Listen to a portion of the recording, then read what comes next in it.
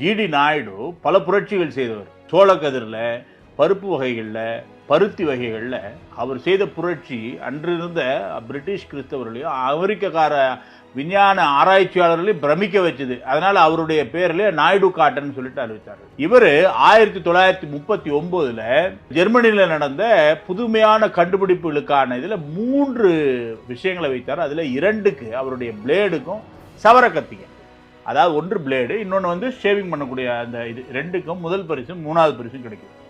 அவர் என்ன சொல்றார், பல நிறுவனங்கள் வந்து எங்களுக்கு அதை கொடுத்துருங்க, அந்த பேட்டன்ட், அந்த உரிமையை தயாரிக்கக்கூடிய உரிமையை கொடுத்துருங்க. நான் இல்லை நாட்டுக்காக தான் நான் இது பண்ணுவேன் அப்படி சொல்றாரு. ஆனால் அன்றைக்கு இருந்த ஆங்கிலேய அரசாங்கம் இதை பற்றி கண்டுக்கவே இல்லை.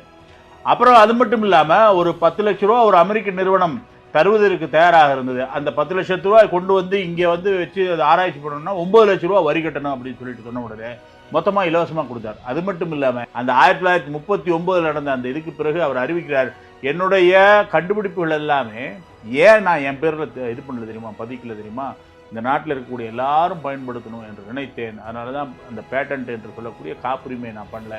ஆகவே நான் காப்புரிமை எப்போதும் பெறமாட்டேன், என்னுடைய எல்லா இந்தியர்களும் பயன்படுத்தி கொள்ளுங்க என்று அறிவித்தவர் மேதை ஜிடி நாயுடு அவர்கள்.